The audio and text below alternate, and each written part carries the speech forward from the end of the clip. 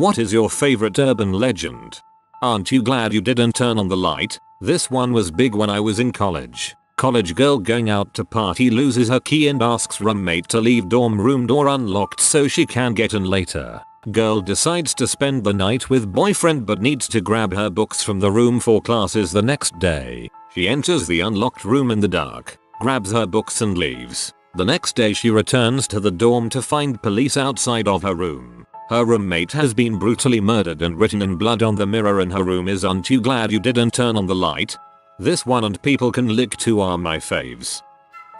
Haven't seen this one mentioned. Person goes hiking alone and is taking pictures of the scenery. Gets pictures developed and there are a bunch of pictures of the hiker sleeping. By caught me hiking. Man goes into remote cabin for a night. When he goes to sleep, he notices the portraits on the wall that seem to be staring at him. When he wakes, he doesn't see portraits. He sees windows. I have always been interested in the Jersey Devil. They have found hoof prints on top of houses along with a piercing scream. It's very interesting. I think that's Santa.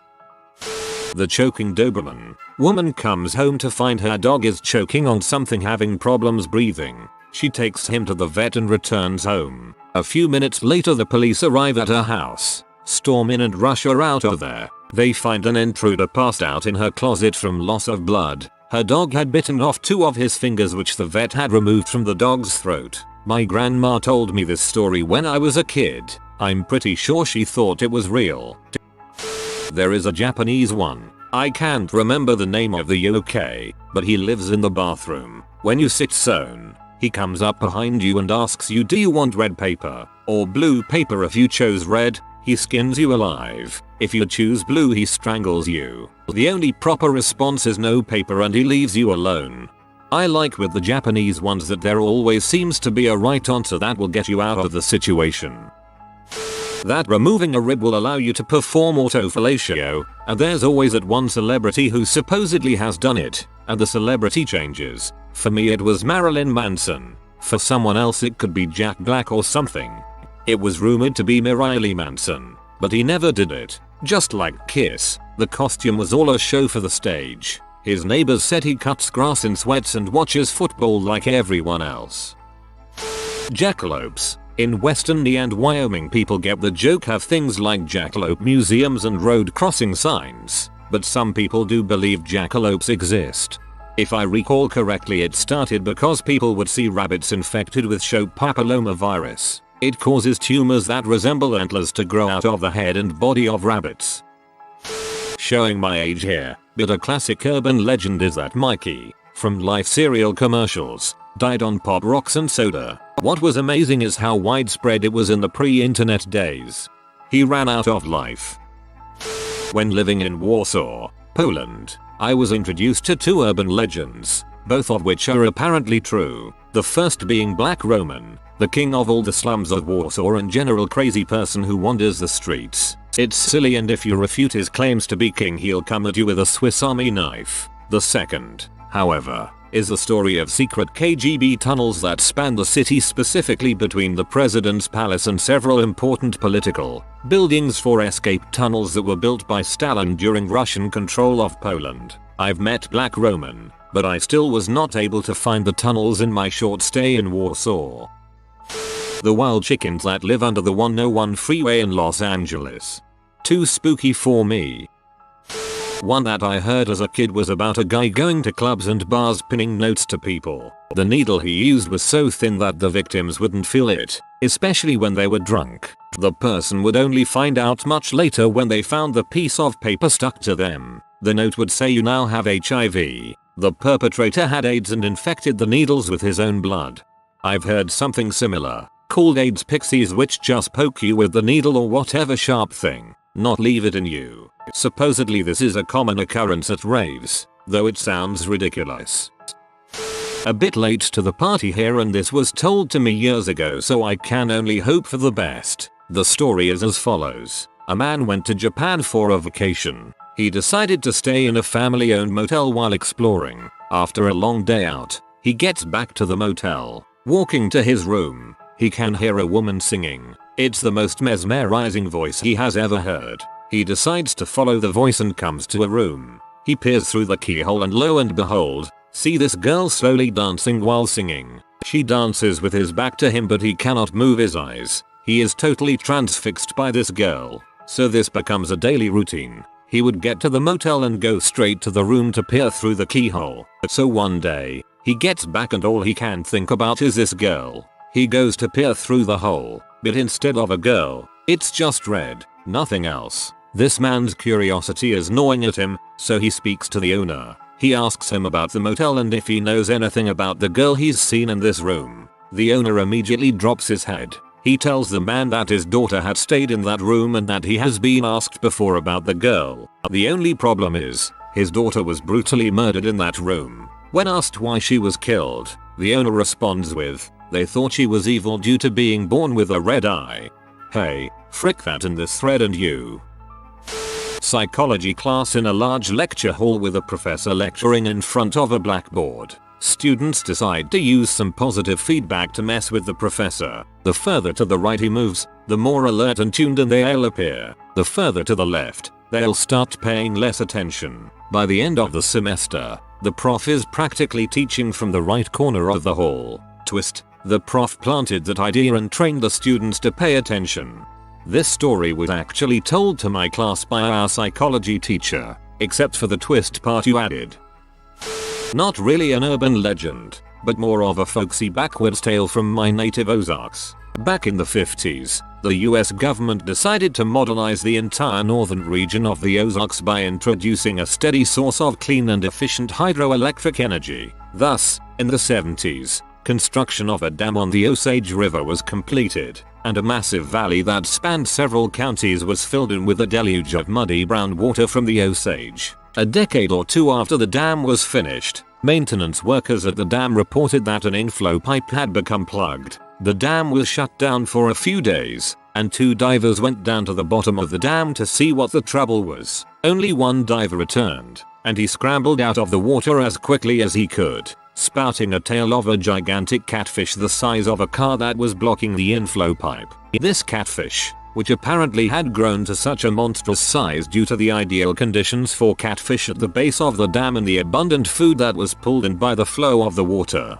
had attacked the other diver and bitten him in half with one good bite. Just as the people on shore were handily discounting the diver's crazed rantings, a pair of severed human legs surfaced near the wall of the dam, and were promptly sucked under again by the titanic catfish. Of course the story is a load of crock. I've fished for catfish at the base of that dam and didn't catch a thing. If you go into your bathroom at 3 AM, turn off all the lights, scream Bloody Mary 3 times, turn the lights on and off 3 times, and then open the door, your mother will be there and tell you to shut the frick up because your parents are trying to sleep in the next room. An elderly lady would always bring flowers she picked from her garden to her local hospital to cheer up the pediatric patients. One day a worker was installing a new sign in the lobby when a metal bar from his scaffolding fell. He was harnessed into the part that didn't fall, but the bar hit the elderly lady with the flowers, killing her instantly. 2 years later the maintenance guy was walking down a corridor after hours when he faintly smelled flowers. He was instantly reminded of the flower lady. After that he heard a faint pss as if someone was calling for him. He started jogging and the smell became stronger. The same whisper beckoning him was louder. When he reached the end of the corridor he stopped dead in his tracks. A mist began to fall over him and the smell was overwhelming. He looked up and saw an air freshener. This sounds like a brutally good commercial for air freshener.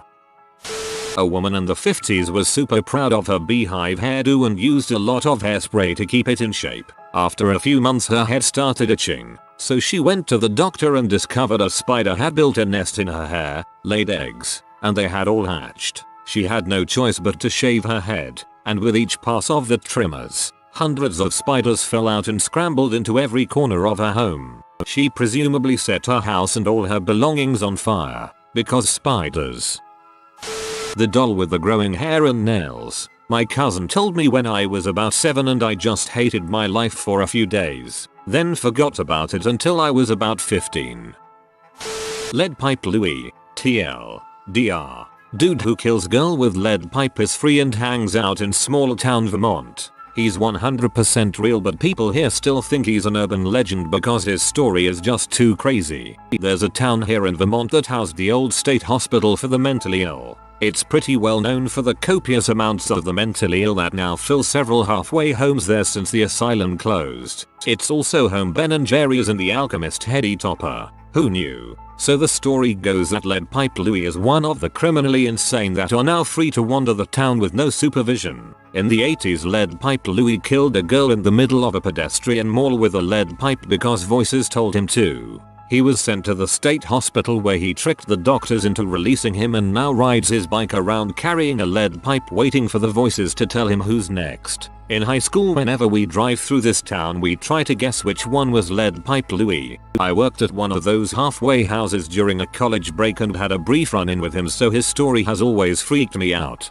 Years later, I finally Google this guy and find out the story is real and pretty close to the urban legend. In 1980, Louie walked up to a woman eating lunch with friends in a pedestrian mall in downtown Burlington. He beat her to death with a pipe in broad daylight because a voice told him. Declared insane, he was sent to the state hospital indefinitely for treatment. 25 years later, doctors deemed him rehabilitated and his paranoid schizophrenia managed with medication. He's 100% free as long as he takes his medication. He rides his bike around town all the time. I see him every time I go pick up Chinese food. I just tried googling him, but I could find absolutely nothing on him.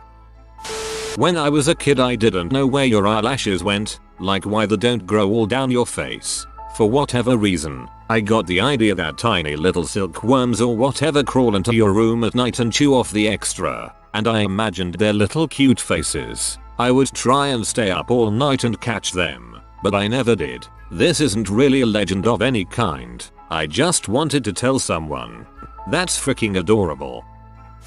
For initiation, gangsters drive around at night with no lights on. Then, when some poor soul inevitably flashes them, the driver follows him wherever he's going and kills him. Then the driver's in. As a new driver, I'm always a little worried about flashing people at night.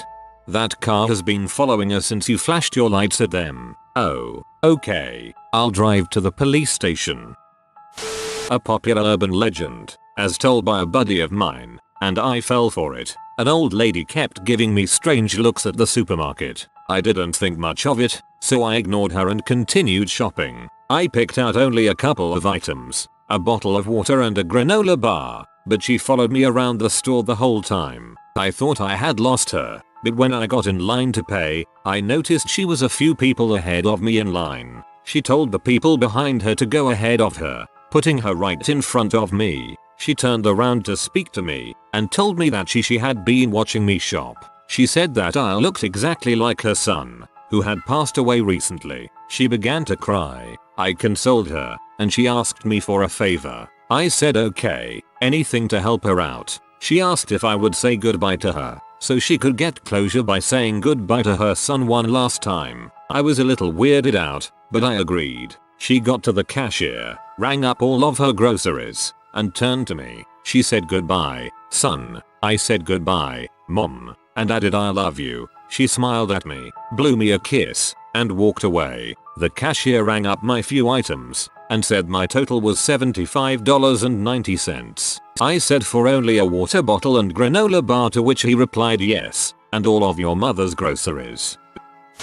Clown statue. A babysitter taking care of two small children called their parents late in the evening to ask for permission to cover up the life-size clown statue in the corner of the family room. It's not that I don't like it, she said. It just kind of freaks me out with nobody else here. It's hard to watch TV. The parents' reaction to her request freaked her out even more. What clown statue, they asked. Frantically. Dial 911. Call the police. Do it now.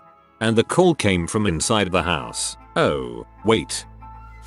I am actually trying to gather urban legends and generally scary stuff from all over, and mostly have found American and Japanese urban legends, typically involving paranormal situations. My favorite, however, has got to be, I would say, the Slitmouth Woman. It tells of a woman who would wander the streets nightly, looking for children or women whom were running late alone. She would politely ask them if they thought she was pretty, maybe dolling herself up. If you had said no, you would be violently stabbed and left to die, but if you said yes, she would peel away her surgical mask. This was common practice in Japan to wear surgical masks to avoid the spreading of sickness due to close quarters and frequent public transport. Under the mask reveals she has massive Glasgow cuts along her face, almost ear to ear. She would then politely ask if she was still pretty. If you said no, you would be gutted and left to die. If you said yes, she would slit your face similar to hers,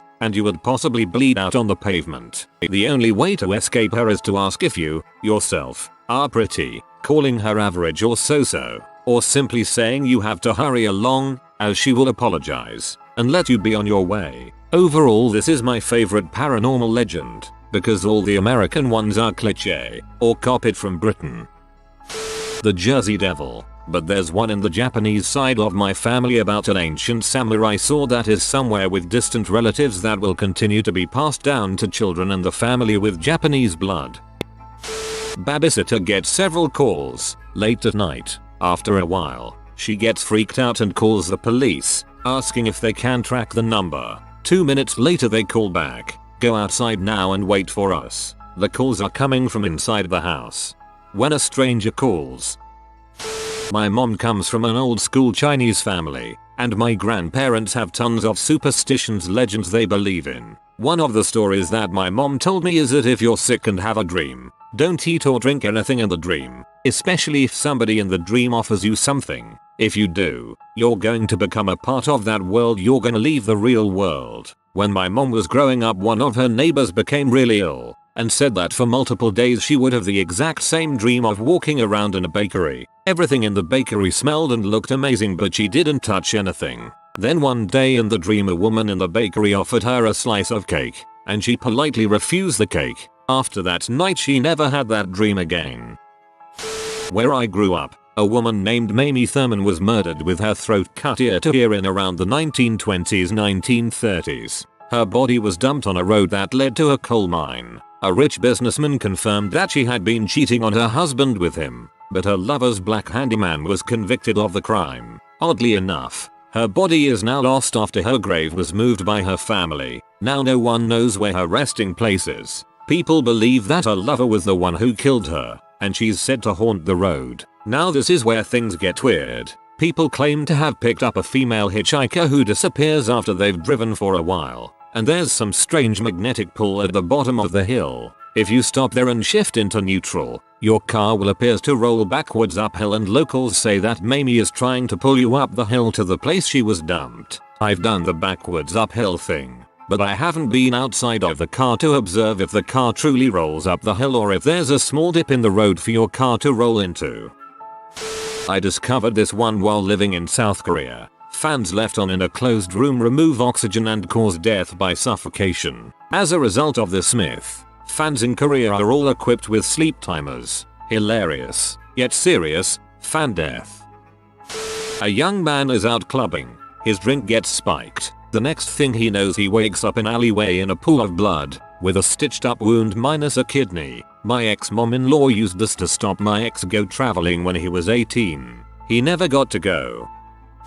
There are many in Hawaii based on modern and ancient folklore. Menahune is mentioned here in the comments somewhere. Another is of all makua, or spiritual family guardians that take the shape of a specific native animal. Not all in that species, but a specific animal or two. Owl, turtle, shark, etc. My old Hawaiian studies professor gave an account of a past student who would come to class covered in bruises. This particular student lived on an old property he inherited from his grandparents after both had passed. He had no idea where the bruises came from, but would find fresh bruises every morning he woke up. He was instructed by my professor to look for any puka, or hole, on the property. He found a puka as deep as a well and could hear a faint sound of water below. Turns out that the puka led to an ancient volcanic tube that opened up to the ocean. He shared his discovery with my professor, who then instructed him to toss fish down the puka. The kid did as directed, and the bruises stopped from then on. It is said that his family's Omakua,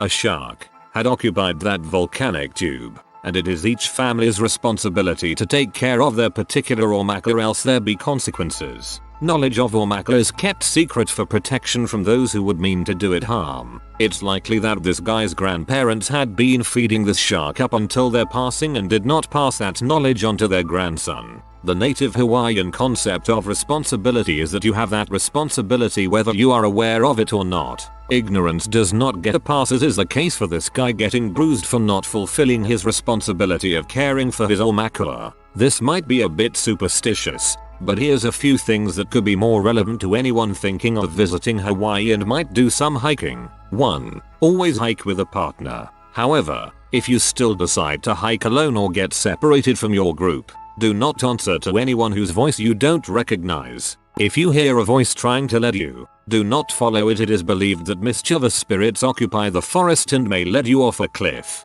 2. If you're hiking in a valley and happen upon a large body of water, toss a leaf in. If it floats, then it's okay to swim. If it doesn't, then the moo, serpent, lizard, that resides in the water is present and does not wish for you to enter. Another sign that a moo might be present is the lack of vegetation on the perimeter of the water. I have more, but that's it for now. The man from Edgware, North London. He walked round, bent forward, and would go through the bins. Rumor had it, he was a famous brain surgeon. His daughter developed a brain tumor and he invented a method of getting rid of it. Doctors operated and performed the method he suggested. His daughter died. Because he felt so guilty, he gave up his huge house and money, roaming the streets wearing nothing but a pair of old shorts and withered trainers. I saw him so often walking the streets and used to want to stop and speak to him. Wish I had. He died a few years ago now. When I was in high school, there was an urban legend in my neighborhood about a guy known as Kill Kill. Kill Kill supposedly had murdered someone for talking to his girl, but was acquitted and about to be released. Kill Kill had a 12-inch penis, as thick as a 20-ounce soda bottle. There were several attractive girls in the neighborhood that no one would talk to because rumor had it she was Kill Kill's girl. She was hot, but you couldn't satisfy her, and you'd get murdered. Bill Brasky. Stank Butt, intercity legend. Stank Butt is that homeless guy that you can smell but you can't see. He's ex-military and trained in guerrilla warfare. It's like you try and find him but you never can. Usually in big cities. Sort of like a guardian, but he will remove you if you compromise his mission. My favorite is the Tikbalang. It's a Filipino myth about a horse demon that shape changes into a family member, lures you into the woods, and then rapes you. This is what I've gathered online. I asked one of my Filipino friend and he only said it was something only old people talk about. I don't live there, but the urban legend of melonheads in Ohio or Pennsylvania seemed cool. If you are new to the channel, you can subscribe. I publish new videos every day. Until then, check another video.